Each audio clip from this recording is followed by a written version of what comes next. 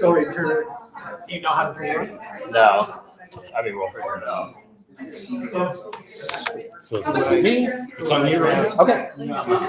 All right, everybody. The big hand on the clock says it's time to rock and roll, so we're going to go ahead and get going. Last question. Does anybody need to run out? Now is the time. Sounds like we're okay. Just really quick, thank you for everybody for coming tonight. Just really quick, my name is Derek Taylor David. I'm one of the Atlassian leaders in town with Bob and Summer and Josh and Rodney's over there as well too. Thank you very much for making the trek, however long it took you to get across the valley. Alex, thank you for coming out from California. Ed still okay. Yeah. I was wondering if I just missed him really quick. And then again, thank you to your sponsors, Jira Life, for also doing co-sponsoring of this tonight's event, which you're streaming online right over there. Hi, everybody. That's my tummy. Thank you. And thank you for GitKraken for not only sponsoring the event site tonight, helping with the marketing as well too, but also this amazing barbecue that we will very, very much be trying to order again in the future because, oh my God. Yeah. So Provided by the thumb. Yes, by the thumb. So if you need to Google it or like right there. It's a gas station. It is a gas station. I know where we'll be getting gas. I got a Prius, but I'm getting gas there. So we're going to go ahead and get going. So I'm going to bring up Bob, and Alex is coming up as well too. And we're going to let them drag Ed away from the barbecue because, yeah, that is his deal. And his deal is good.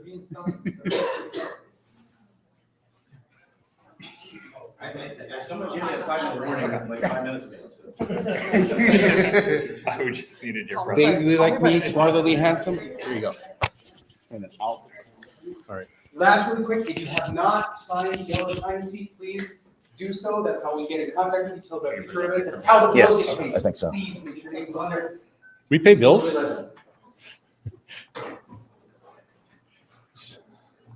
So Derek, you may see some comments coming in from YouTube, and if one happens to be a really, really good question, Gotcha. you know, I can see that Rodney's on, who is our fourth, Rodney. the other Rodney. So there are two Jira Rodneys. One is known as the Jira guy, and then there's Rodney West. So. We've also got Sean Hill from Release Team as well. Yes, we do have Sean. Oh, this is Ed behind me. Ed. Oh, do I need to? Nope. Yeah. Yeah. Do you want to like? Good questions. Do you want to like share your screen and pop that on, or? Yeah. What you can tell me? If you want to do that, or. Oh, hold on. New Rodney versus Rodney Classic. Okay. There's a. Yeah.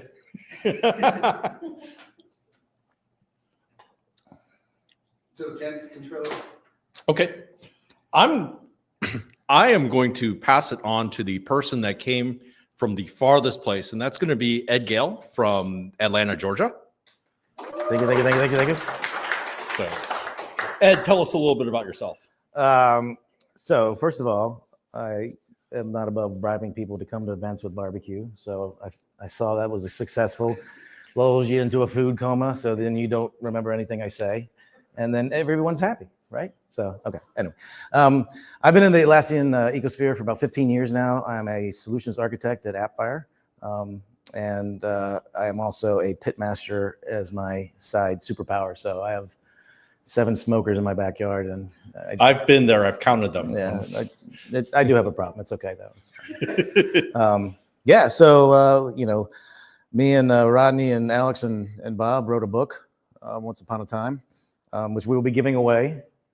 There's gonna be some serious cutthroat trivia coming up here shortly. So, and it is signed. The only one that has not signed it yet is Rodney. So I don't think there's been someone that has all 4, right? Yeah. No. Okay. I think You're the closest person that could potentially get him. This close. Yeah. Yeah. I think also Anthony from Haiku has got 3. And He Taiwo needs to has find 3. Alex for number 4. Yeah. So Alex. We'll be a team. Alex is the most elusive. So But yeah, What so are you talking I'm about? I'm going to spend like 7 days at Team this year. More than 7 days. You live there. I know. I was just there last night. Next up. yeah, no, so I just you Yeah, are I'm next, second. that was me. next Yes. farther. So I drove for like 6 hours today. So hi, my name's Alex. My name's Alex. I drove for 6 hours. I'm from California. Let's see. I am a co-host. You're not my host. You're my producer. I'm the co-host of the Jira Life. This is our producer, and I am one of the co-authors of said book that we just demonstrated earlier. And for the first time in like my entire life, I am officially just Dr. Jira on the internet. Like I just do YouTube videos now. And so that's kind of cool. It's I basically have like close to 1,000 videos on how to use Jira online. If you've ever had to Google a question on how to use Jira, you probably see my face because I have like 1,000 videos. Let's see, what else can I tell you about myself? Oh, I am like hosting Teams unofficially, right? Because I live across the street from Teams. And so a little behind the scenes, I just got this information. So spread the word. If you're a community leader, a couple of you might be here, right? There is a party that we're going to be doing behind Galaxy's Edge. They're containers. There will be this really cool atmosphere that apparently is supposed to mimic Galaxy's Edge, but it's away from the people, right? Like nobody else can see it. So it's kind of exclusive, kind of cool. And I found out about it yesterday. Also, if you have any European friends, please pass the word. You need a passport, not an ID. You need a passport to consume alcoholic beverages on the Disneyland Resort. I don't think it applies to our parties, but if you're going to be in downtown Disney or in any of the theme parks, bring your passport with you. Otherwise, you will not be happy. You're going to have to get some dry drinks. U.S. citizens need not apply because your IDs will work. It's just non-U.S. What else can I tell you? I think that's it.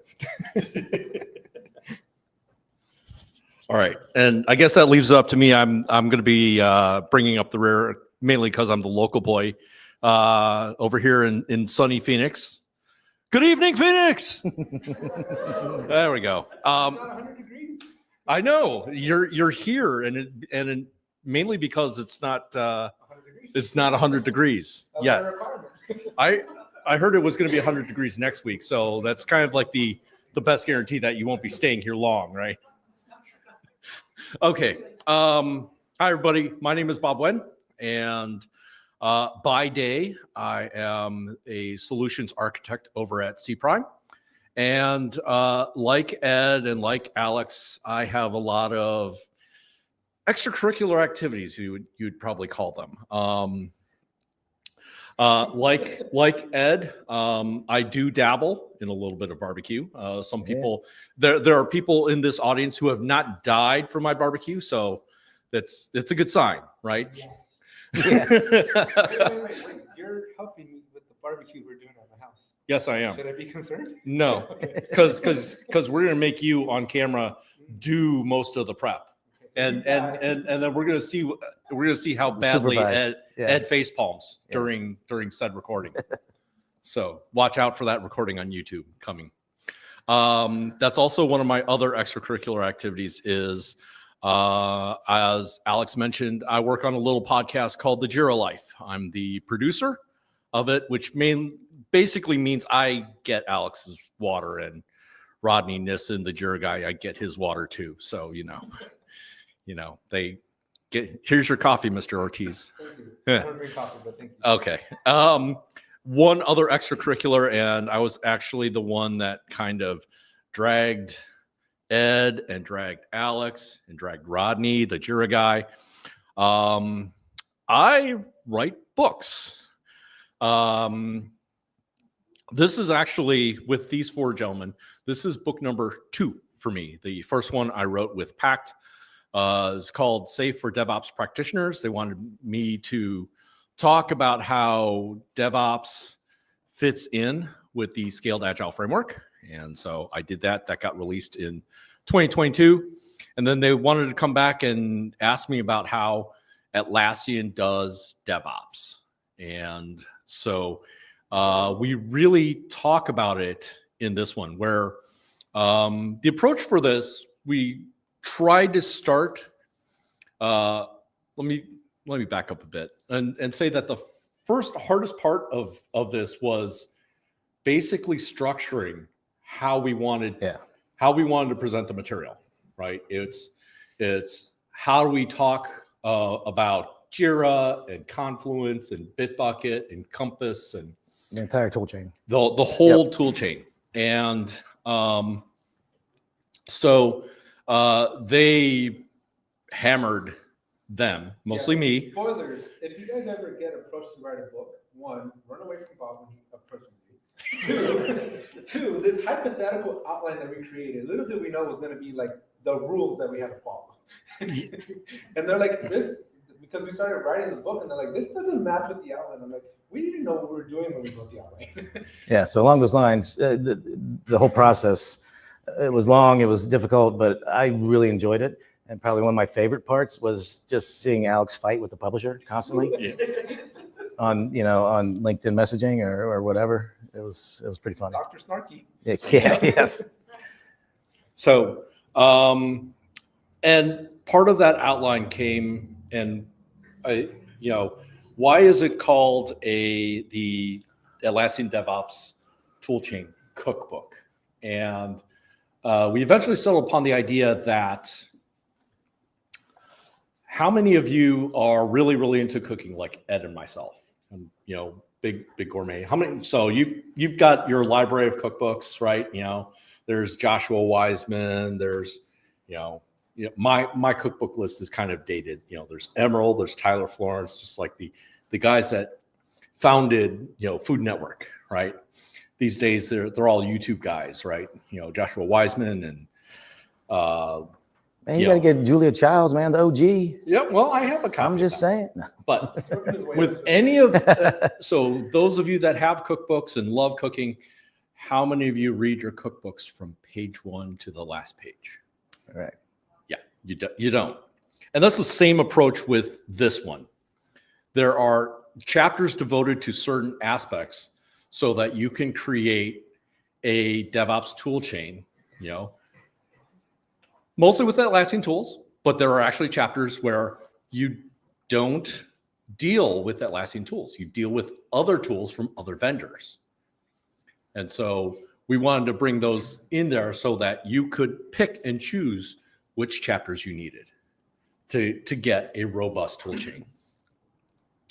And I think without further ado, we should go into the presentation. Yeah. So this is going to be very high level. We're going to talk about the DevX experience, kind of how it's evolved. What are some challenges? What are some best practices? It's very much a conversational. So if you guys have any questions, comments, please, don't hesitate to ask. These slides are just more for reference points for us to kind of talk with you.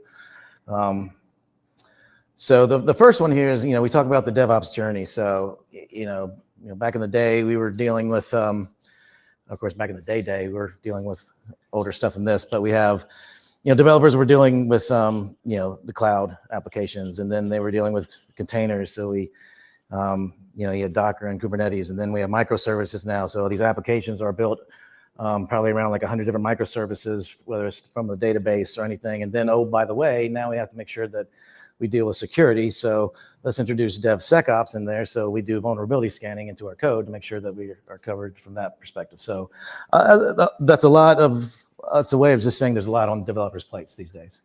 And it's just exponentially been getting more. And so now, we're going to hit to the point where developers, need a better experience. And, along those lines, what are some of the challenges that developers face today? Probably context switching is probably the biggest one. So, they have their own IDE that they love. So some of them like Visual, Studio, and that's their baby kind of thing. But then, I got to go over here to Jira and look at the issue that is associated with the code that I'm working on that is associated with the source control and that I have on my IDE. So, I'm upset already that I have to switch over here, but then I have documentation over here that I have to make sure I fill in and release notes and everything. So context switching is probably one of the biggest challenges that developers face these days. And that kind of feeds into the inefficient collaboration throughout the system areas and the teams, so a lot of times that's why you'll see this notion of shifting left. Let's get the testing over here with the devs so we don't fight with the QA testers and the devs aren't pulling knives on each other kind of thing. And this all just feeds into each other. So manual overhead and visibility issues. So if you have the context switching, you don't have a holistic view of what's going on from a dev experience overall. Developers have their view, C-suite sees a little bit of this, testers see this, deployment sees this. So again, you're kind of siloed from that perspective. Any thoughts? Yeah. So, and these aren't new things. These were actually They're still wrestling. these were actually happening. Even after Agile had been introduced, and even with the introduction of Agile development, where software was essentially being delivered, roughly every 2 weeks. There was a little bit of functionality developed, and it would be ready to be released. But nobody was really touching it after it was released. It kind of it got siloed, and then Released into the wild. Yeah. Any feedback on that? I don't know. More like it was released, then released. Yeah, I don't think I want to put this. Yeah, we got it. We're good. And eventually, the operations people would say, "Hey, okay, we're ready to release it," but then it was just too big of a chunk, just like before, and so there were problems bringing that out into users' hands. Yep. So, and then on the flip side, there's got to be a better way. So how can we improve the developer experience here? Some of the ways that we can achieve that is integrated workflows to make sure there's, if you're going to context switch, let's make it easy. So we can either come back and forth easily. DevX is all about automation, man. Automate everything you can to remove, people errors from that perspective and get repeatable results from anything from testing to deployments. Repeatable, automated, enhancing visibility and basically empowering your developers. Because if it was up to the developers, they would just sit there in their IDE and that's it. Don't bother me. And you guys know developers. You're familiar with them, right? Just give me my IDE and don't talk to me till I'm ready, kind of thing. So.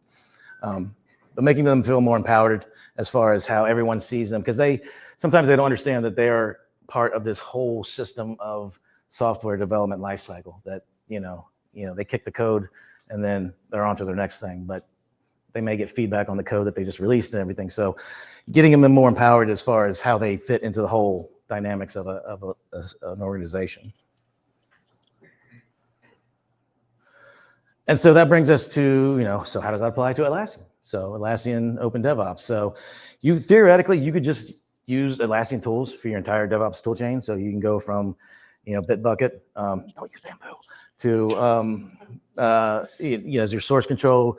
You can use, you could use Bamboo for CI/CD. Anything, all the way to Opsgenie for your monitoring kind of thing. So you could theoretically do that, but does that happen a lot? No, I would say.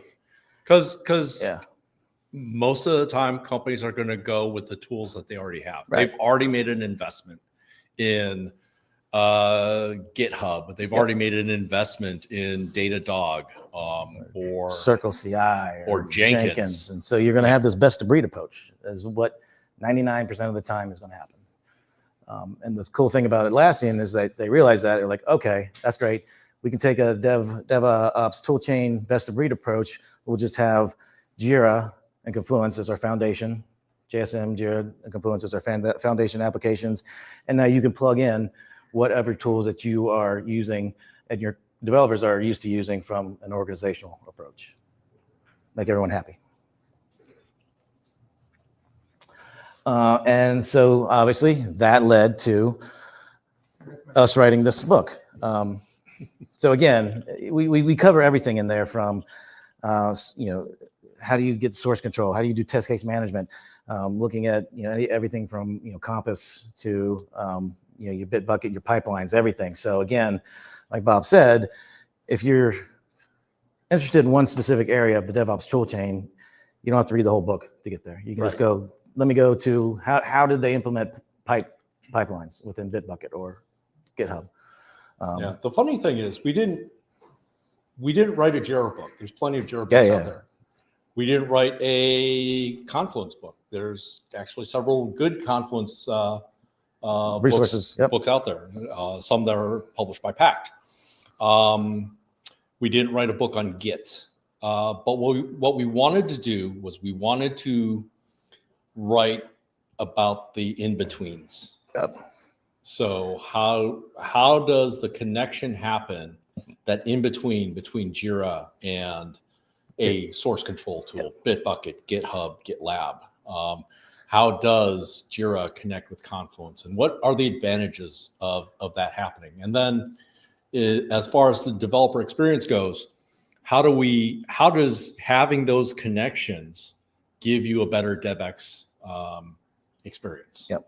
And how does everything tie together from developing the code to releasing it to getting the feedback to understanding how it works? Yep.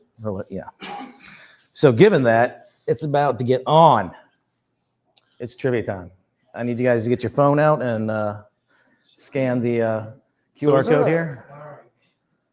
So the people that are attending this Can they see virtually, that? they can attend this too, although we will probably have to ship them the book if they win. That's fine.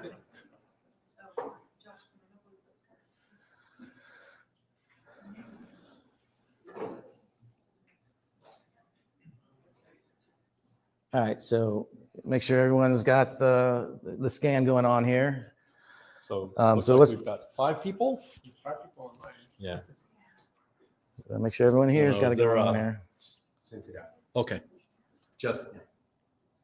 We'll give another 30 seconds or so here. So you're gonna have there's 10 trivia questions, 5 and then 5. And so what you need to do is if the quicker you answer, the more points you get. Quicker you answer correctly. Yes. Yes. All right. We all good? Everyone's good? Locked in? You're probably going to get some funky usernames out of this thing. So, 12 so far. yeah. All right. All right. We good? 13. All right. Question 1. So we got 15 players. Going once, going twice. And so 17. what's on the line is this signed copy from the 3 of us of that book. And you can use it tonight if you have trouble sleeping. Hey, you two can I'll- have fun on a Friday night. I recommend going to Alex's sections and then flipping through those. Yes, we for an extra $50, Ed and I will tell you which chapters are guaranteed to cause insomnia. All right, we good? All right, so this is going to test your Phoenix All right, let's- knowledge, folks. A little bit of stretching. All right. First question. What is the hottest recorded temperature in Phoenix? Was it 121, 122, 123, or 124 degrees? I feel like number 5 should be like way too hot for Alex. 122 is the highest recorded one. I remember that day. That was the day they stopped flights at Sky Harbor because. Oh, because the Yep. runways were getting soft. Yep. Yeah, that's not cool, man. I don't know that. Yeah. That's why we're having this event in March. Yeah. All right, question number 2.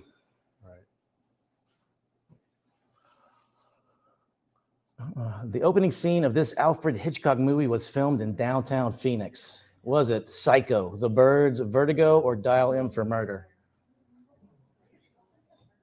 I thought this was fascinating. So, Who's Alfred? Psycho. So, all you got to go watch that movie again. You'd be like looking for it now. You'd be like, okay, all right, I'm on it now. Wasn't Psycho filmed in the Universal Backlot? Well, some of it was, but the opening scene was from here in Phoenix. Yeah, the building's still there. There's actually a YouTube video where they're from from the last year or something. Oh, yeah? It's going to the building, it's there right now. We're gonna get a picture of Alex out there with a knife. Haven't seen the movie. Yeah, if you guys, if you don't like birds, don't watch the birds. Yeah, we don't want Alex near any showers. All right, question 3. What year did the Arizona Diamondbacks win the World Series? Okay. No. 99, 2000, 2001, or 2002?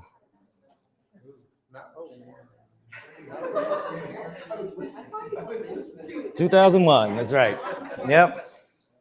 Gotta throw some in there. Lot of Phoenicians got that right. Yeah. Was that the last time you guys won? Correct. Yeah. I think 2002 was the last time the Angels won. Yeah, the All right, question number 4. Diamondbacks did not beat the Texas Rangers, a couple years This ago? legendary musician was born in Phoenix.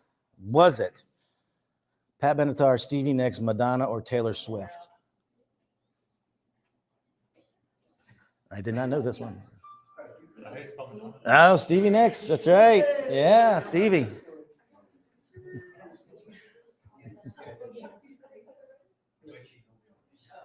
All right, halfway through. Almost there. So, question number 5. Phoenix was founded as a city in 1866, 67, 68, or 69. Wait, this goes against your guys' centennial signs that you have everywhere. What? You have What? these signs all over the freeway that says Arizona. I guess it's Arizona. That's Arizona. Arizona. And every 68. But why would the 68. Nice. Huh? But why would the state? All right, let's see who's in the lead at the halfway point. I was with Alex. Yeah, well, I would have thought that one came before the other. Now, Right, here's the this- question I have. Who lived here before air conditioning? Oh. All right, who's but Speedy? comes the Who's Speedy? Okay. All right, Speedy, you got the All right, targets Speedy. on his back now. Josh is the fastest. Josh is the fastest. And will Emily catch up? Robin. Oh.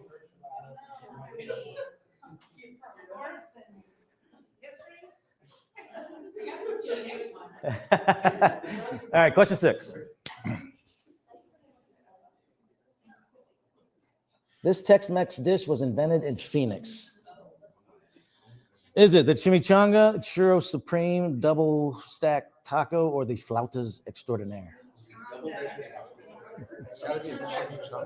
It is the chimichanga. You talk about getting a food coma.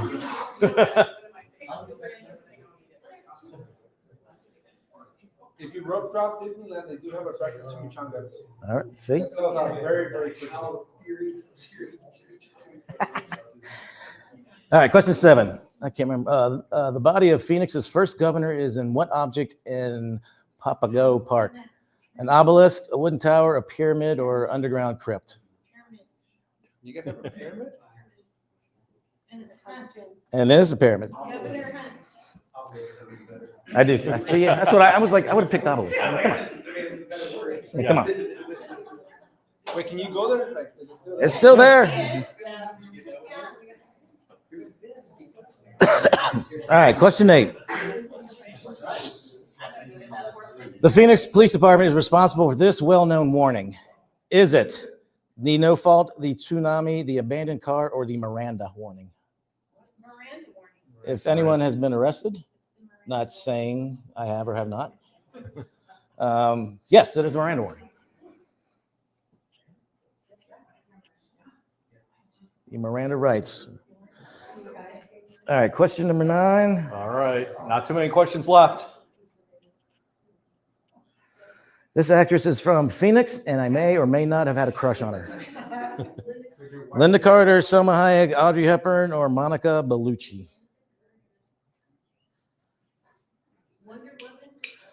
It is Wonder Woman. Yeah, she's gotta be old enough for you.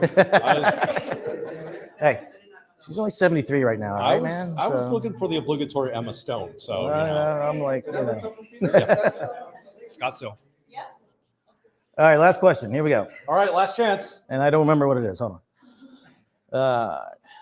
The Phoenix record for consecutive days over 100 degrees is 365. 76, 113, 110, or 98. It was set last year, so Yeah, it was that last year. 113. That's All right. just ridiculous. I don't even know why you guys do this. All right, let's see who won.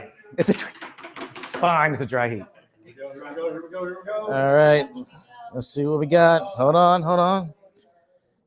Well, Speedy still got it. Speedy. All right. congratulations. Yeah, good.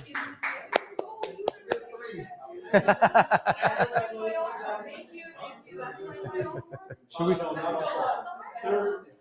far as we know, there is no book that exists Wait. that is signed. There's Wait, no one has all hold four. the book and hand it to him so I can take a picture. Yeah, we got a stage picture. You guys sounded like you guys were hanging in there over here. You guys sound like you guys were hanging in there.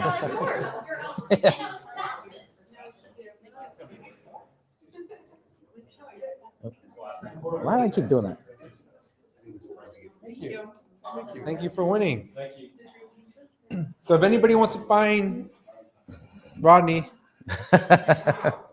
he's somewhere. in So Atlanta. yeah, Or- but like Taiwo has me, Rodney, and Bob, but he doesn't have you. So there's is he like coming to team? yeah, so there's going to be a competition. I'll run away.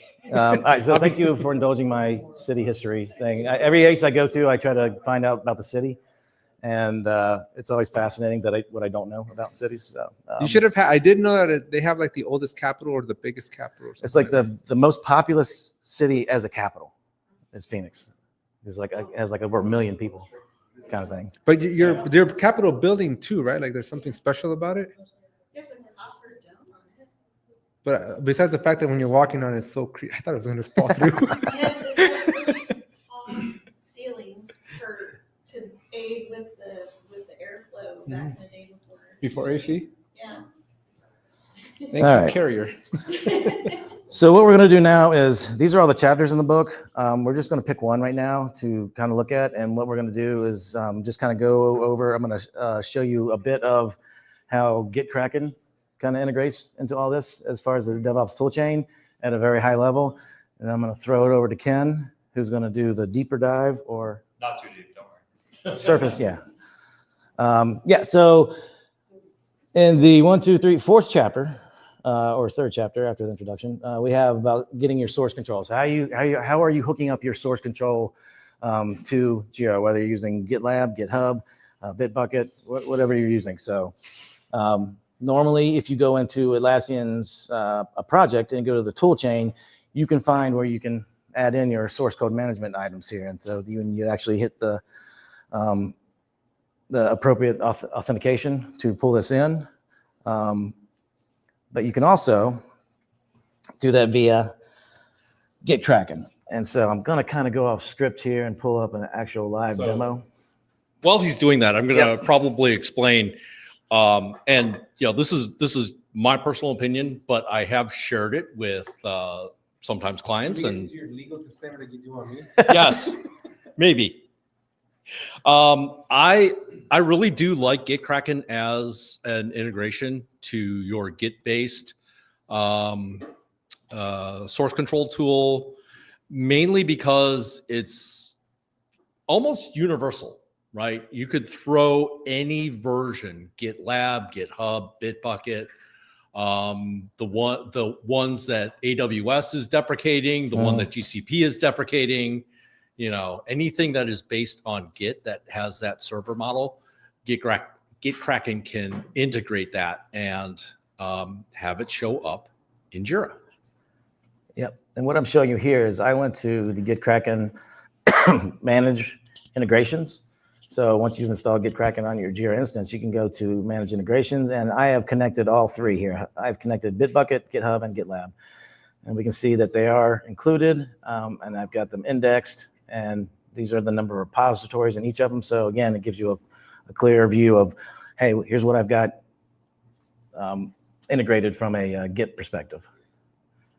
And then if I look at the repositories, so if I were to dive down into one of those, I would be able to see, if I go in the repository browser here, I can see, okay, here's all my repositories that I've got indexed in here. So I can see I've got GitLab here, I've got Bitbucket, I got issues that are associated with the specific repositories in here now. So if I were to click on this ACR6, that would bring up the actual issue. And then by default, you see the native development panel here. But if you go down and look at the GitKraken panel, you get a lot more information. So you're going to get all of your same information, but a little bit more expanded. You're going to get your branches, merge requests, but you're going to get all of your build information too here. So it's kind of giving you a lot more information than just kind of a quick eyeball from up here, from that perspective. If we go back over to the GitKraken, they also have, one of my favorite things is the team insights for Jira.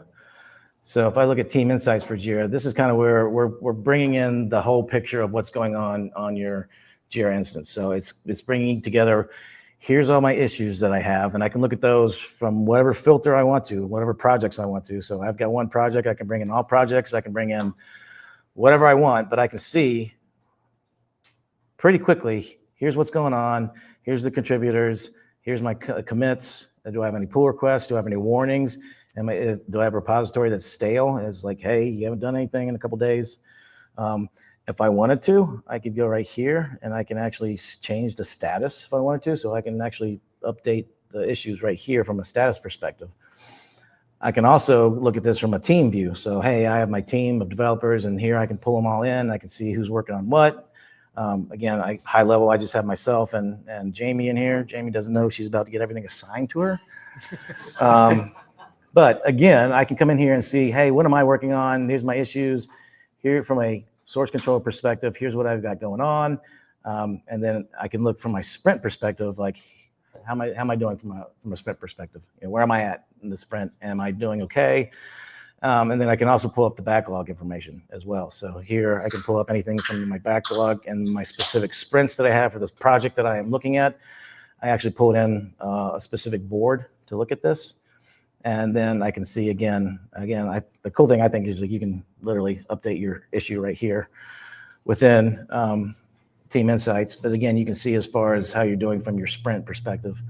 And again, it gives you that one quick view of everything. So you're not going into your Jira ticket to see where you're at. You're not going over, context switching, basically. We're trying to minimize the context switching here with this Team Insights.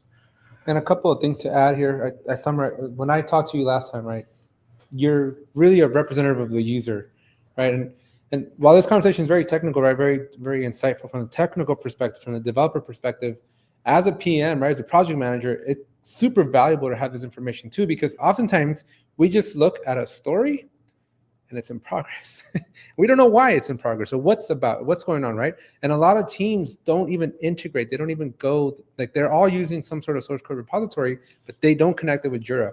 And I don't blame them because Jira is actually kind of, you can do it, but there's some hoops you got to go through, right? But this interface a lot cleaner, a lot more efficient here. But what I will tell you, I would encourage your teams to really, if you are using a source code repository, connect it with Jira so that not only are you seeing this very useful metadata here, but your project managers can help with the roadblocks, right? You can see when things get stuck. You can see when PRs are denied. You can see when they are merged, right? You can see a lot of situational awareness and context that helps the people that are like hired to help you as a developer, like help you make forward progress, right?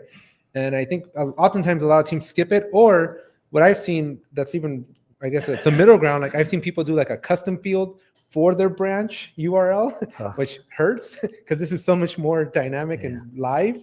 But still, like this stuff from a non-developer perspective, if you're maybe a product manager, a project manager, it helps tremendously to give you an awareness of where things are actually at, because as developers, as part of the developer experience, updating Jira is not our forte, right? And so this gives you a little bit of insight where it's technical, but it's not overwhelming, right? And still gives you an appreciation for, is my team actually moving stuff forward, or did they just forget to update their Jira tickets? Yeah, that is so important. Alex's point there, and I do this all the time. I forget the developer experience. There's two sides. There's bottom up and there's top down. So bottom up is from the developer's point of view. We're trying to crank out the code. We're trying to do everything we can. And then the top down is everything from the C-suite to the project managers to the team leads. How are we doing? How are my dev teams doing? Do we have any insights? Are they happy? Are they sad? They pissed off? Are they going to rebel? So there's both sides. And so to Alex's point, this kind of helps you give that look from the bottom up and the top down. And I think, Ken, are you ready? I'm ready. Okay. I think that's all I got for that. So I am going to pass it off to the illustrious Mr. Ken. You mind? Don't mind? I will switch with you.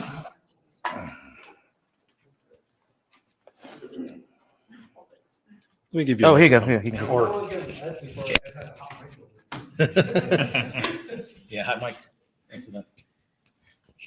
Just clip it, or there's a magnet. Hey, if anyone wants to trigger Alex, ask him if the taco is a sandwich. Good. I already did that in one of our events. No, my trigger point is calling it gyro.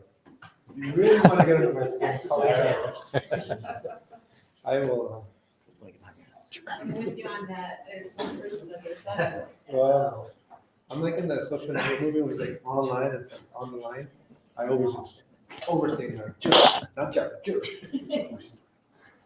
Well, thank you everyone for coming. I'm Ken from GitKraken. I've been with GitKraken about 3 years now, kind of spanning roles between product and marketing.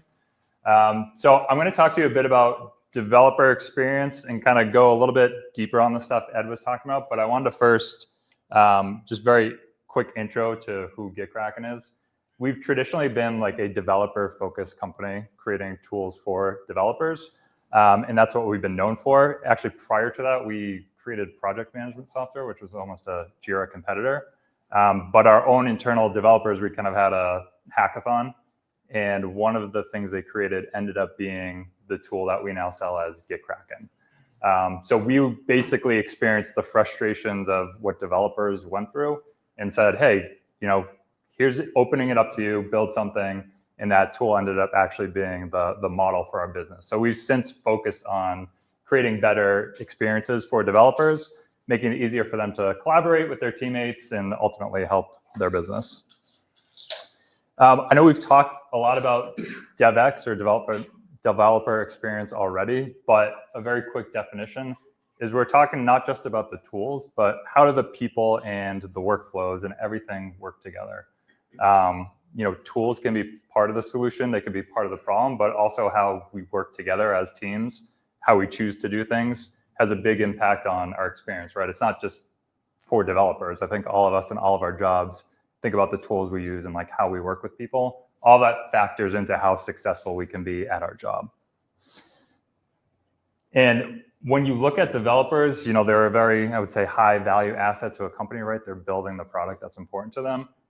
A lot of their time can be sucked away from actually hands-on code, writing the code for the products, to other tasks that are taking their time away. So when we talk about this challenge of developer experience, there's all these things that are just pulling developers away from being productive, which is what the company obviously wants from them. And there's some statistics here. Some of this is from a report we did. We surveyed developers. Some of it is from Atlassian, their developer experience report. But developers typically more than or close to 3/4 lose a day of their week just to inefficiencies. We asked them, what are your barriers to productivity? Things like context switching that Ed was talking about, but even things like too many unproductive meetings, right? What are the things that drag us away from actually doing our jobs and be productive about it? And how can we solve that with better workflows and tools? From our perspective, we're very much Git focused. So, we help these companies make GitLab, GitHub, Azure, whatever they're using, that a better experience. And we look at it both from the developer, but also their managers and leadership and the teams they work with. So developers have their own individual pain points, but their team leads, have pain points associated with it as well, like visibility into it, or all their developers using different tools. How do we standardize on something that makes it easier for everything to work together? And then they share these pain points together. So when we talk about improving the developer experience, it's not just making life easier for developers, but it's like giving everyone that's involved as a development stakeholder in the company value by making that investment.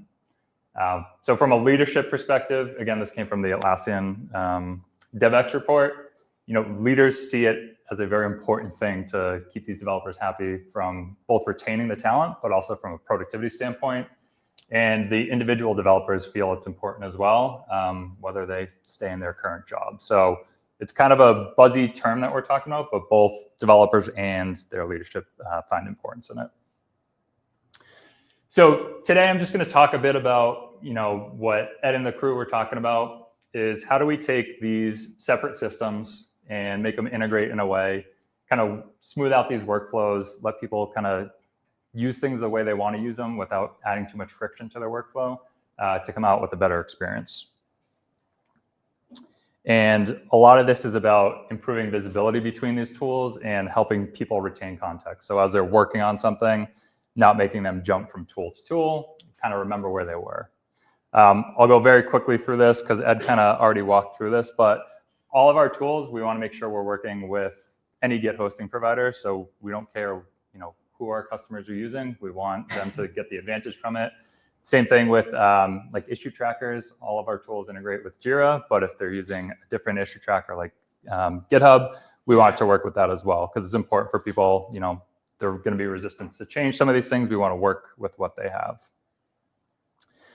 And from a Jira perspective, I think Alex did a good job of talking about this, is one of the things we want to make sure is that anyone that's working in Jira has the context they need to understand what's going on. Alex's example of like looking at an issue status and seeing in progress. I'm sure we've all seen issues sit in progress for days, weeks, and it's obviously not in progress. It's been sitting there, it's stale, right? So from a development standpoint, by bringing that activity in, the developers working in their systems, we automatically pull that information in so that someone who's a product manager or project manager, they don't have to go and bug the developer for an update, right? The information's already in there. So it makes life easier for the project manager, product manager, but also the developer because they're not getting bugged by someone else to give them an update. Ed walked through this a bit as well, but as Jira users, a lot of times maybe we have 30 different tabs open with 30 different issues that we're trying to do something with. We also want to make it easy to take advantage of this combined Jira and Git data. So instead of looking at it on just a single issue view, wouldn't it be much easier to pull up my sprint and then plot the activity of all those issues in there? With the key here being what issues need my attention. So again, going back to a product manager, project manager, your time is finite. You don't know which issues might be off track, which ones need your assistance, which ones need intervention.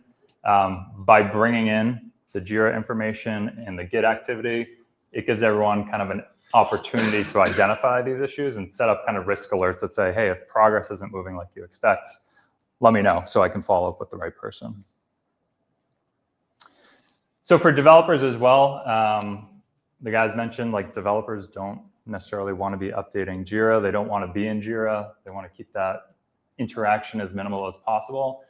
So when they kick off their workflow to work on an issue that's been assigned to them, we want to make it easy for them to create a branch in their Git repository. We remember which repositories they tend to work with. So kick off that flow really easy. Don't make them jump into a different tool. Remember which Jira issue they were working on. Have to go back and forth and get that context. Just one click, stay in context to do that. And then let's say a developer is coming back to an issue that they've already worked on and they want to pick up where they left off. Again, without losing context, let's make it easy for them to jump back into those tools. So things like deep links into their IDE. So Ed was saying, developer wants to be in their IDE. Help me get back to the point I was working on in context directly from Jira. Now, how about let's not even go into Jira. As we mentioned before, devs don't want to do that, right? So we also want to allow them to keep those Jira tickets updated from these other tools. So with a Jira integration, they're in the Git GUI, they're performing their Git actions. They can also come in here and update the Jira status. They can update the description, add comments, basically in context again, not having to go to Jira and remember everything they need to do directly from the same tool that they were in before. But doing all that stuff manually, like who wants to do manual stuff? Why don't we just automate certain things to happen? So I'm sure most of us are familiar with Jira automation rules in the automation engine there. On the DevOps side, there's all sorts of stuff you can do there based on this development activity. So when someone creates a branch or makes a commit, why don't we just automatically transition the issue status to in progress, right? Because we've actually seen a developer take an action there. Or when the pull request is opened where the developer is saying, hey, I got a set of code that's ready to be reviewed. Why don't we send an email or a Slack message, right? So the more we can automate by connecting these tools together, the better the quality of information is in Jira, right? Because the developer doesn't have to remember to update it. And again, the developer is happy because they don't have to go and do that extra work because it's being done for them. I'll skip through a couple of things here as well. So in those pull requests as well, like it'd be great to automate certain things based on what the information is in there, like who gets assigned to review it. But what I'm showing here is what we call our launchpad. So a developer, when they start their day, often the question is, what should I work on today? What's the thing that needs priority? Am I holding someone up? Is there something that needs to be reviewed that I'm not aware of? So we created this launchpad view, which is available from a web interface, from the developer tools, which basically organizes all their Jira issues that might be assigned to them, all their pull requests that they might have open or someone assigned to them, and gives them one pane of glass to look through. So instead of checking Jira, okay, what are my issues that need attention? Instead of checking Git, we just all bring it into one place to make it easier for that developer to figure out what needs to be done next. And then also for their team leads too, have a team view of this to know, hey, where do I need to help my team out, unblock each other, they're holding someone up and slowing everything down. And last but not least is just measuring how everything's going, right? But I think it's important that everyone has access to those metrics. I don't think anyone here likes to be measured on something that they don't have access to. If we know, someone's tracking something that we're doing, it'd be good to know what data they're looking at. So, our position on this is let's make all this information about, how fast the teams are working, how well they're doing, make this available to everyone across from leadership to the individual developer, so they can all kind of work towards the same objective and no one's feeling like something punitive is happening without their own visibility. So, that's it from kind of like a Jira to Git integration standpoint. There's a lot more that these tools do, but I think in general, as I have these conversations with people about developer experience and how to make changes and how to increase adoption and get value from things, and I think this applies to so many things, is make the right way the easy way, or the easy way the right way. I think people are going to fall into their old habits if it's a lot of work to change their workflow to do something new, right? So if you bring in a new tool and it's a lot of work for people to adopt it and they don't see that it's valuable and they got to make all these investments, it's probably going to fail. But if the way you want everything to be done is super easy, one click, it's integrated, you don't have to do 35 different things. I think making it the easy way improves the experience and the adoption of it. And the end result is everyone's kind of getting a benefit. Life's easier for the developer, leadership management's getting better metrics, better visibility into what's going on, cycle times decrease. So yeah, that's it from my perspective.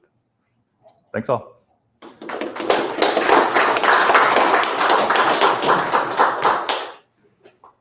Any questions that anybody wants to bring up, at least right now, for any one of the speakers? Just more barbecue. It's not going home with me, so.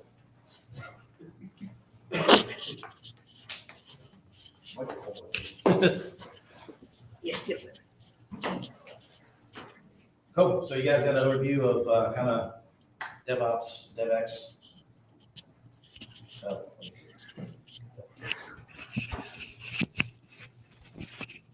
right, so guys now have a quick overview, high level of the dev experience from an Atlassian perspective, how GitKraken kind of helps facilitate the improved developer experience.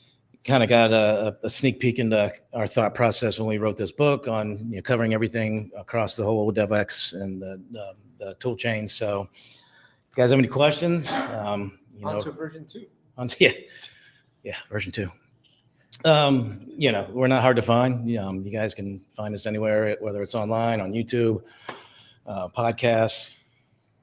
Chris can track us down. So, Yeah, come on, man. Speedy. How'd you decide the order of the names? Rock, paper, scissors? How did we just say that? There was thumb wrestling involved. I think was so. there? I think so. Some There's a lot of some cyber- spaghetti thrown. What are these? I'm curious. Actually, I think it came from, so We started with Robert when he joined us in this rabbit hole that I regret so much. No, I'm just saying. a lot of it came about from how many chapters? Like, there was what, about 15 chapters. Yeah. There's 4 of us, and some of us, kind of doubled up, and so if you, Yeah, meet the deadlines. We had to Yeah. kind of shift some things around with people's schedules. So, but yeah, Thank you. Make no mistake though, Robert here was our fearless leader. just want to make sure it wasn't in order of good looking. Okay, yeah. yeah, no, it definitely wasn't Can we that. go by age? I'm the youngest. Nope, wasn't by age either. Definitely not by age. What can we expect in version 2? Ops Genie is, So Ops Genie's merged into JSM now. so that's So gotta, it's we gotta not. update that part. Yep. So- Sponsor a chapter? we're still kind of toying around with we want, so that's the thing about a book, right? We you spend a lot of time. It was for my first book, it was a year. It was just a year where it's like basically every weekend was all right. I gotta write, or I would wake up at like 2 or 3 in the morning. It's like, okay, I still got to write. And when I'm not doing my job, I'm writing. So, and so this, when I got an opportunity to write book number 2, and it's like, I don't want to, lock myself away for a year. I want to. You dragged 3 of your closest friends. Yeah. Yes, I dragged 3 of my closest friends to help me out and hopefully distribute the load. Pretty sure it's like, hey, this is such a great thing. It's a process. You You'll pitched enjoy it. so nicely, and then you forgot to tell us about publisher. I didn't forget to tell you who the You didn't publisher tell us was. how much work was going to be from a publisher perspective. Well, It was enlightening, but it was. No. I thought it was totally worth it. The whole experience was good. but that's the thing. It took a lot of time, and in between that time, things changed. And then the book gets published, and Atlassian and GitKraken, they're not standing still, and so there's a lot of things where the book is aging. Yeah, 'cause Like when milk. One of my chapters get merged. I had 2 Yeah. chapters that got Yeah. merged into one because too much information from one they all moved physically Right. in the Atlassian world. Right, and so with Atlassian kind of deprecating Ops Genie, that's one of the easier targets. There's like, okay, well, the capability is still there. We just got to write about how you access that capability. One of my personal goals with the book is it's a cookbook, right? But there's actual steps in it. So unlike a lot of theoretical books, like you should in theory be able to follow through steps 1 through X and see a result at the end. Hopefully a baked pie. Yeah. Or some barbecue, burgers, hot Yeah. dogs. Right? And so one of my goals, since I create a lot of content, I do a lot of educational stuff, is to create a course out of the book, right? So I'll walk you through it. And I think what that's going to force us to do is physically, because I don't think that this is true, right? We each individually wrote our chapters, but at no point did we cohesively read through the chapters to make sure that it like 100% flows, right? Bob might have done. So I'm going to go through it and I'm going to see if there's any gaps, right? Any assumptions that we made. And I think part of Rev 2 would be if I identified any of those things, fix it in the course, but then put it for Rev 2, making sure that any gotchas or, just something that was in our minds, but we just forgot to put in the book, made it. The other thing that was interesting is our publisher was telling us how to write the book at one point. This is the whole fighting that I enjoyed with Alex. Well, because they were like, we're the subject matter experts, and they're like, this doesn't look right. I'm like, how do you know? This is right. They're like, are you sure? And then don't even get me started on screenshots, right? We had screenshots in here to help you, the reader, follow through. And they're like, there's too many screenshots. Get rid of them. I'm like, how? Why? It's too small. So I do have one running that says, I do recall him warning us. I don't know about that. I've been late at night. So you've got the cookbook in terms where you set the things up for success for what you have for your tool chain. What aspects of it are, okay, now that I have done the thing, how do I give the training over to the people who are going to be consuming it to say, this is what you do, this is best practice? Because a lot of that, we go through and build tools for users, but in the end, the developers are our users as well too, and they need just as much training, sometimes if not more, than our front end users as well when they interact to say, okay, if I'm going to do this thing, this is how I use this new system that I've just implemented. So you just given out the title of the next book, not even the next version, but the next. So that I thought a lot about that as well, right? Because even with this conversation that we had today, one thing that I think we missed a lot, and I'm going to go back to Summer, who's my end user representative here. Your Jira workflows have to kind of help this conversation, right? You're just in progress doesn't always help, right? And how many statuses are too many statuses? How many are too little statuses, right? And so there's a whole Jira workflow aspect to all of this. There's an entire, what fields do we create in Jira to support some of this, right? There's just a lot of situational awareness and context related fields and workflows and what's a required field versus what's not doesn't have to be required to, again, facilitate capturing some of this information. For example, you can't move something to code review if your PRs merge, right? Or bring them back, or through some automation rules, automatically move it forward in the workflow. What if you don't have a code review status? Do you need a code review status? Does a code review status make sense, right? Those kind of conversations are stuff that I want to do for more from the end user side of the house, but definitely I can see an appreciation for the developer. This is very much a technical cookbook. Hey, how do I integrate this source control with Jira? How do I integrate test case management? How do I build a pipeline? What we need is almost a layer above that, and that this is my organization. This is how we run. How do we map that down into this tool chain process kind of thing? Yeah. How does given stuff tie to your goals? do we need to change anything? Do we need to, fix our best practices? And how does that map into this technical way of doing? Did we even cover releases in any to a deeper degree? We covered releases a little bit. Yeah. So what's the right way to release? Right? How do you plan for your release in conjunction with your branches and Git flow versus trunk-based development? I think we had arguments on that. Oh, it's just like, why are you doing Git flow? Everybody's doing trunk-based development. Because I grew up with Git flow. Sorry. We'll leave it to the experts. I grew up with training wheels. I left them, way behind. But arguments like that, right? There's pros and cons to it all. Some might argue more pros to other stuff, but there's pros and cons, and I think that's helpful information that, again, not in the book, but definitely something to keep in mind, because there's implications for how do you use the tools in just running your business. Yeah, you could almost have a whole theoretical DevX book on what's the proper structure for your organization to take on, kind of thing. And then map that down into, here's the tool set that we have. Okay, so how do we map that in, and how do we utilize that to the best effect? And part of it is, we are writing against a moving target. And one of the things, DevX has certainly come up. Also, the thing that's come up, AI and ChatGPT. And so without saying AI today. I know, it's like, all right, those of you right there. Mark the time down, 7:04. Yeah. That's impressive.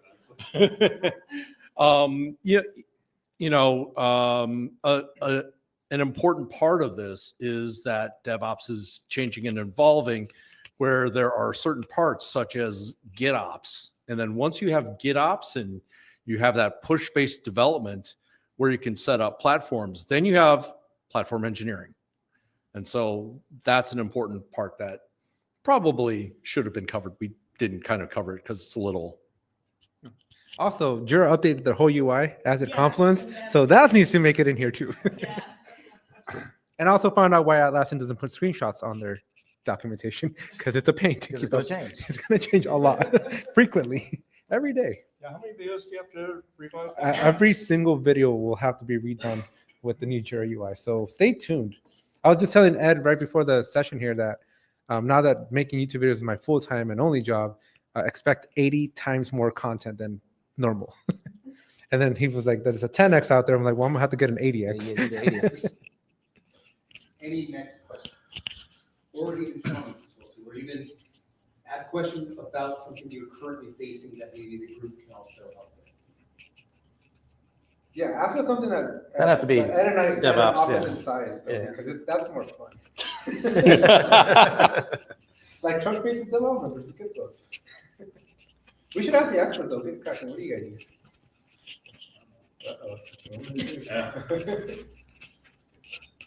We'll find out. Do you have dedicated branches, or is it just everything? Almost everything goes back to the main line. I'm not sure, but I think it's dedicated. Good answer. I said I'm not sure. Well, hopefully it's true, because anything that's against Bob is great in my book. I can't. March has no comments. That's amazing. Wow. I know. That's what I'm sucking it in. It's 7:06. But I do want to congratulate you on the lack of AI. I mean, that time was noted, and you guys should be proud of it. Anybody want to talk about the jury UI? That's a. Yeah. Yes. You guys are the most, what do you folks look at, what do you recommend teams look at the most? What are the most important metrics to look at when assessing the developer experience on a team, if any? I'm going to be biased on the executive side of the house, but I'll let you guys go more technical. So it kind of depends. So one of the chapters in the book deals with Compass, and then within Compass, you can set up your scorecards, and your scorecards are the metrics that you are defining as the most important to you and the weight that they associate with. So do I release greater than 2 times a week? Or is my build success rate important to me? Is it whatever you're defining and whatever that weight is? So if your build success rate needs to be above 80% and you weight that 30% versus I need to release greater than 2 times a week and that's only 10%. So again, it kind of depends on what your organization is and how they do it, and kind of what processes they use to define how you want to structure those metrics. And that's kind of the Compass answer. I'm going to kind of take it back and say I'm a big fan of the Dora metrics. Yeah. And one of the key ones there as far as development goes is cycle time. Basically, how long it takes from the commitment to when it's actually deployed. Uh-huh. And that's going to be kind of that important benchmark. Is it consistent? Is it? Yeah.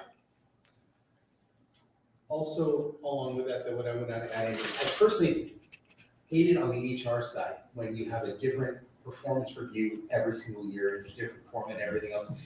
But there's something to be said about that when it comes down to how we measure the metrics here, because separate conversation, we implemented a freeze based on this release we've got going out tomorrow night.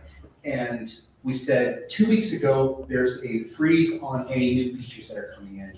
And then a week ago, it was a freeze against any defects that were coming in. We have a stable branch for the full code and release tomorrow night. But all of a sudden, I had developers going through and starting to gain those metrics to try and say, oh, this thing now meets with the freeze criteria, so it can get added in. And it wasn't technically a bug fix, but it kind of was. And I could hear actually people having that conversation. So where it may not make sense in the HR world to be constantly changing what is it that we're measuring, I think you start with those metrics, and it's an ongoing conversation that evolves with the organization to say, are we continually measuring the right thing instead of just driving to a goal that we set for every single year? If that helps. Yeah, I'd like to echo something you said, right? Like you want to be very careful, whatever. Beauty, when it comes to metrics, I'm a huge fan that beauty is in the eye of the beholder, right? Every one of you are going to have different requirements for what a good metric looks like. But I'd be very careful because you said something very important. You want to be careful to not let them game the system. Right. Because when they can, they will, right? And so I think you said something beautiful, which was make it easy, something about the easy and make it right. Make it easy and make it right, right? Make it easy. And so Make your the right way metrics, easy. that. Easy So way right. you should have easy metrics and like the right metrics. And again, that's a little subjective based on what your all specific needs are, but they make it make sense, right? Whatever you do pick, it has to make sense. Because if you're just going to have a metric for the sake of having a metric, your developers will find a way to hit that metric, right? I worked on a team one time where we used to bid on SLOC, source lines of code, and you bought 1 million lines of code. That developer made it fit in 1 million lines of code. Even if it took 2 million, they made it fit into 1 million. So you want to be very careful with what you pick because No comments and documents. No. just you hit the requirements. I had another one where we bid on story points. So Yeah. story points became irrelevant at that point because regardless, you had to hit the 1,000 total story points you bid for the project. And so you want to make it make sense, right? Like, otherwise, if it doesn't make sense, they will just exploit it. Yes. Curious, maybe people can comment. What is a typical percentage of first pass code review fails? And what's a typical percentage of your ticket failed QA or integration? First pass. I think it depends on your story. Because Pretty technical stuff. my belief, because I do a lot of You guys got any metrics on Yeah. I don't know if it's scored anywhere. You might have I'm metrics just on, curious what I people. don't know that I don't know that I've ever kept track of it, but my personal observations from what I've seen teams, right, is the more complex the story, the more likely you're going to fail that first pass, right? And the other thing that I know for a fact is egos are a very real thing. And when you don't know how to do something, you're going to fake it pretty well. So how do you convince the developer Right. to ask questions rather than make stuff up? It's got to be part of your culture. It's got to It's be gotta be part part- of yeah, I think it's smaller culture. Pieces too, like when you get to the point of Yeah. reviewing code, how big is that Review, Right? yeah. Are you doing smaller chunks and getting feedback, or are you just waiting until it's all done and then? It's very hard sometimes to break out ticket, I would say equal sized tickets. To be able to try to space that metric, because some tickets are a couple hours, some tickets are gonna take a couple days. Yep. And I think one of the things we struggle with is our SMEs on the technical side assume you add features to the database, you need the UI. Our developers add features to the database, forget put the UI out there. Yeah. Now we have, we may as well not have it in the system. You can't access them. Yeah. My 2 cents on that is I'm a huge fan of retrospectives. I think Yes. having a huge trust with the team, right? Having like challenging, hard conversations, right? Hard, like difficult conversations with each other. Not having like executives or management in your retrospectives because people tend to turn off the moment the person that signs their check is in the room, right? And so you want to foster that trust. And I've always played a project manager type of role. And so one of my favorite books is Extreme Ownership by Jocko Willink, which means I typically take the blame when the developer fails that QA, right? Because I didn't communicate something, I didn't do something. And so I try to take ownership so that they can see that I won't throw them under the bus. And I think as a project manager, it's easier to sit in an ivory tower and just kind of, issue commands from the top. But I think it works better when you lead, like leaders lead. That's how you define Leaders your eat last. how you define your feedback loop. You've gone through something didn't go right. Okay, let's have the retrospective. What happened? Here's what happened. I'm not pointing But you fingers. can't- We're but- not throwing anybody under the Yeah. bus. This is what we need to make sure we address next I time. know you're a So I think trends too, right? Is it a certain area of the code base? is it happening Touch that? every time? Is Or, it- yeah. That's why I like Types of components. features? If you're not using your component field in Jira, you should be tracking these bugs that are coming up. I think one of the biggest things we find is the tickets that weren't ready for dev, that the developer just grabbed and worked on and checked it. or put Well, that's where we go back to and everything workflows. else Before there was even, before they even had you had your structure, you're ready to go. They're ready to check the thing in. Yeah. They're probably gonna just- But that's what I was talking Yeah. about. Like your workflow is so Yeah. important, right? Like Yeah. I have my teams put a ready for dev step. Yes, we do, Right? we have that. Because Okay. otherwise they're just cherry picking from whatever they want. Exactly. Then let's not even get started on bugs. Because I like to say bugs are project manager's kryptonite. But I think a key part of that is making sure that there is kind of a cohesive team element to it.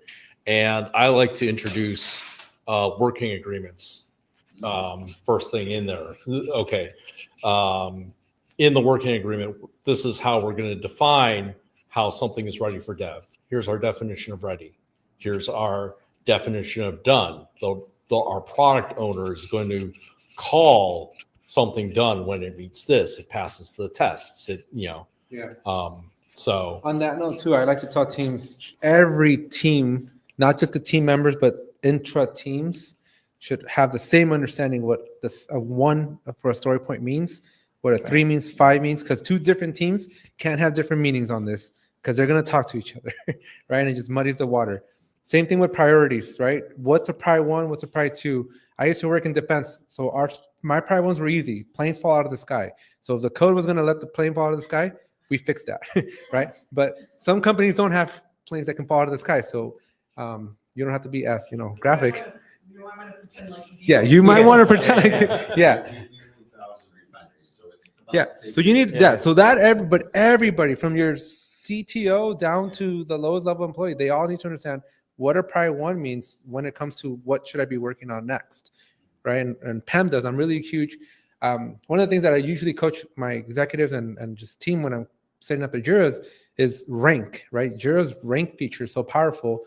But in the Jira Advanced Roadmaps, which, by the way, shameless plug, I will be doing a Jira Advanced Roadmaps talk breakout session at Team 25. So make sure you come by to that. But when I'm teaching how to use the Advanced Roadmaps, right, because you have that 30,000-foot view, the ranking of your initiatives, the ranking of your epics carries down to the Jira project. So now when you go look at your backlog and you show your epics, they're in the order in which they were in the order from your plan, which is now high-level stakeholder reviewed. And so it's easy. I mean, I try to make it as simple as possible, right? Components, releases, ranking, like priority, right? These are all the fields that I make sure are filled out when my teams are getting ready to work on something, because you don't want just developers working on stuff. Because if you let them, and I am a developer too, by the way, so when I say them, I am including myself. But when you let me, I'm gonna go do the low-hanging fruit, the easiest thing, right? It's in your nature, right? You want those wins, right? Like, what is it? The chorus is the good one or the bad one? There's that chemical in your brain, right? That you get dopamine. There we go. I knew there was one. You want that dopamine hit as much as possible, right? So they're gonna go with the easy stuff, and nobody's gonna work on the hard ticket. Like nobody, right? I've never seen anybody volunteer. Until it's the last one left. Yeah. Okay, and we're just about 10 minutes remaining in the whole presentation, so we're going into lightning round. So if you do have any short questions we can answer, I'm going to give everybody here on the panel 1 minute in order to answer it. So if you do have something you want to ask, now is the time. What are we excited about most, Team 25? Disneyland.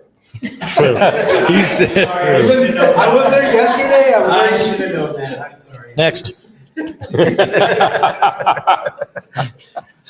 I will be a personal guide if anybody wants a guide. I can't top Disneyland in this. I'm not sure I'm fired up about the speakers or the Sessions? I mean the main Keynotes? Yeah, the keynotes. Yeah, don't even get Bob started on my lack of why F1's not a team sport. That was watch last week's. Watch how Alex is hopelessly wrong when he says that F1 is not a team sport. All I was saying is when it comes down to it, the driver and the road. There's not much of a team there. I get that there's an entire team. That's because Alex, you can't see radio. I get that there's a team behind it all, but what you see on TV is the driver and the road. Is this the new hot dogs sandwich? There you go. There you go. Congratulations. You got it, Josh. Got him. Yeah. I'm, Somebody's got to have. although I'm always fascinated on what Atlassian announces and then how long it's going to take for that to actually come to 12 fruition. months. Usually 12 months. Yeah. 11 So to yeah, 12 months, it's yeah. Open question. Does anybody not know about team that is coming out or anything else about it? Team 25 Anaheim. Yes. Is anybody going? I live there, so I'm over there. I will have If anybody video. had a free ticket, would they go if they needed a free ticket? We give you 2 tickets though. Dang. There you go. Raise your hand. Yeah. Sleep on Alex's floor, I hope you get right back with it when you're there. Yeah, good. Come back with Bob. Bob's coming in. He's gonna stay with me for like a week. And I have to give him a spot just because Rodney said,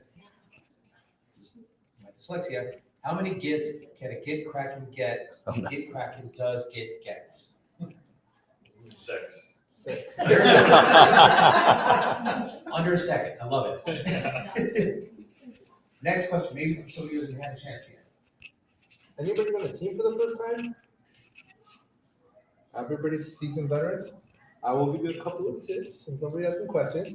Opposite of Vegas, because in Vegas, the town's dead in the morning, but Anaheim is very much alive between the hours of 7 a.m. and midnight, right? Because there's families and everything everywhere. So you're going to walk a lot. Everything's way more spread out as far as like hotels and venues and stuff. So you'll be walking. Everything in the conference is going to be really close, but anything that you do outside of the conference, you're going to be walking. So it's not like the Venetian where everything's like restaurants are in the Venetian. So get ready to walk a lot. Get ready to have crowded streets and wait for lights or crosswalks, right? Because there are no bridges like there are in Vegas. So you're going to be having to cross streets to get to certain venues. I would say there's a safe area map on Slack. If anybody's interested, let me know. There are red lines. You should not cross those red lines past certain hours. Because isn't Scottsdale in Anaheim? Like people do die daily. I was driving down. I'm like Ferrari restaurant. Other than that, Disneyland. Happiest place on earth. Yeah. But I did build a red like circle of trust type of thing. Like if stay in the circle, you'll be fine. Yeah. I have a question for Ed. Oh, God. Ed, so are you going to take a Waymo back to the airport? If we're here. Do it. You took one last night, right? For the first time. Didn't a guy get stuck in a parking lot? I'm fascinated by him. Fascinated.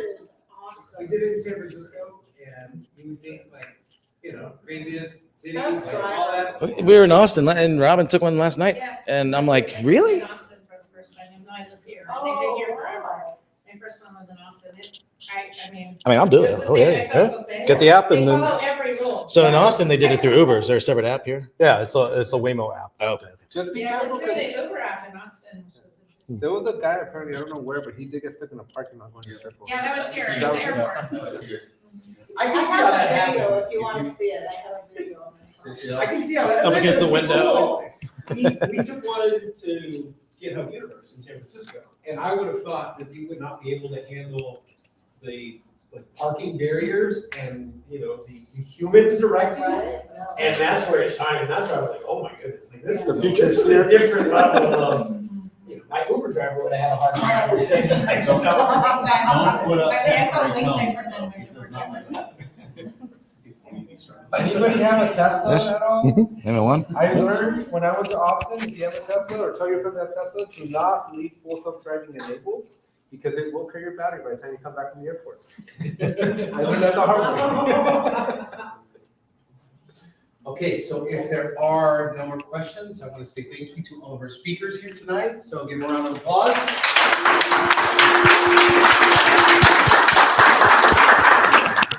All the information is available on LinkedIn or any other way in which they want you to contact them. But we appreciate you all coming out here tonight. GitKraken, thank you for hosting us as well. Barbecue was amazing. Thanks for getting everything together. It was a great turnout for an event, so thank you to them. We have the discount, no? Huh? Oh, we have the discount? Well, the discount is, the book is being discounted right now on Amazon. And also on the Pact Yeah. website. So pick it up if you are coming to Teams and you want the signatures. Get it. Yeah, if you want- So you get it on time. If you want to get 3 out of the 4 signatures, pick up a copy of the book, go to Team, see if you can hunt us down. Yeah. There may or there may not be a copy signed by 3 of the authors on eBay tomorrow. You gotta wait till you get the 4th one, man. Currently, I'm one, so, That's awesome. I still do. I'm like, just- Start a YouTube channel, that's what I did. I quit my job to start a YouTube channel. So what we're gonna do after this is we're gonna go and kill the live stream so that everybody can go from there. What I'm gonna do is I'm gonna go over there, I'm gonna get the list of everybody who signed in, plus everybody who joined online, because we had at some point 10 people in there. We're gonna just do the raffle on my computer, and then if you did win, I'll like, as soon as you get the results, I will make sure to announce it in the room and post that on all the different, either email or everywhere else. But we still have barbecue left, so please feel to have Yes. some. Please. And meet mingle, this is not, you don't have to leave. Just whenever we close the place out or whenever they take us out, we're And if you want pictures, we're here. Yes. So y'all, thank you very much. And any other Disney questions? Dear, you know, let me know. Dear. You taking one of these Waymo things? You just signed what? Waymos, right? Yeah, 2 thumbs up. Okay. When I see them pull out in front of traffic and like cut them off, I'm like,